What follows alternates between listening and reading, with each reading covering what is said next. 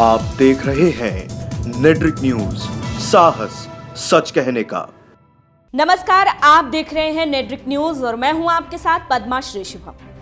आम चुनाव आने में अब बहुत कम समय बचा है और सियासत चरम पर है। सभी पार्टियां अपनी अपनी रणनीति तैयार कर रही हैं। पार्टियों की राजनीति का एक बड़ा विषय प्रधानमंत्री उम्मीदवार भी है।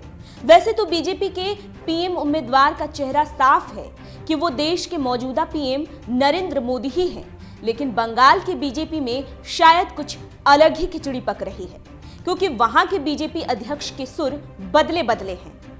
पश्चिम बंगाल में बीजेपी और तृणमूल कांग्रेस की खटपट और दोनों पार्टी के बीच की तल्खी किसी से छिपी नहीं है। पिछले साल तो दोनों पार्टियों के बीच की बात इतनी बिगड़ गई कि हाई कोर्ट को भी सख्ती बरतनी पड़ी और बीजेपी की रथ यात्रा को भी ममता बनर्जी ने रोकने की पूरी कोशिश की, जो काफी सुर्खियों में रहा। लेकिन आश्चर्य तब होता है जब ऐसे माहौल में बंगाल बीजेपी के अध्यक्ष ममता बनर्जी के नाम के कसीदे पढ़ते हैं। कसीदे पढ़ने तक तो ठीक है, लेकिन बीजेपी के अध्यक्ष के तौर पर टीएमसी प्रमुख और पश्चिम बंगाल के मुख्यमंत्री ममता बनर्जी को पीएम उम्मीदवार बताना तो सोच से परे है। पर इसे संभव किया है बीजेपी के राज्य अध्यक्ष दिलीप घोष ने। जी हां, उन्होंने सीएम ममता बनर्जी की तारीफ तो की, इसके साथ साथ ये भी कहा कि बंगाली प्रधानमंत्री के लिए पहली पसंद ममता ही है। बीजेपी नेता ने कहा कि पश्चिम बंगाल के मुख्यमंत्री ममता बनर्जी के प्रधानमंत्री बनने के सबसे ज्यादा चांस हैं।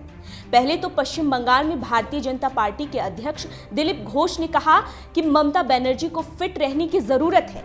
ऐसा इस वजह से क्योंकि इस वक्त अगर कोई बंगाली है जिसके पीएम बनने के सबसे ज्यादा चांस हैं तो वो हैं ममता बनर्जी।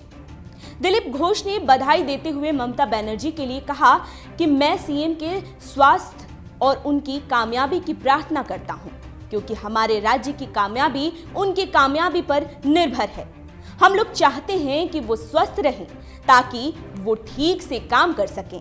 उन्हें तंदुरुस्त रहने की जरूरत है, क्योंकि इस राज्य से अगर ऐसा कोई बंगाली है कि पीएम बनने के चांस हैं तो वो ममता बनर्जी हैं। इसलिए उन्हें तंदुरुस्त रहना चाहिए। दिलीप घोष से जब ये पूछा गया कि क्या बीजेपी से किसी बंगाली के पीएम बनने के चांस नहीं है, तो उन्होंने कहा कि निश्चित रूप से उनके बाद कोई दूसरा बंगाली बन सकता है, लेकिन उनके पास पहला मौका है। अभी की सूची में उनका नाम पहले स्थान पर है। दिलीप घोष ने सीपीएम के दिग्गज नेता ज्योति बसु को लेकर भी कहा कि ज्योति बसु पर हम बाजी हार गए, क्योंकि उनकी पार्टी ने ऐसा नहीं होने दिया। आदरणीय प्रणब बाबू राष्ट्रपति बन चुके हैं, इसलिए अब एक बंगाली को पीएम होना चाहिए। वैसे तो विपक्ष में पीएम उम्मीदवार को लेकर अंदरूनी घमासान जारी है। हाल की बात करें तो द्रमुक अध्यक्ष एम.के. स्टालिन ने विपक्ष के प्रधानमंत्री उम्मीदवार के तौर पर राहुल गांधी के नाम को आगे किया था और सार्वजनिक मंच पर उनके नाम की घोषणा की पेशकश की थी। उन्होंने कहा था 2019 में लोकसभा चुनाव के बाद इस पर चर्चा होगी।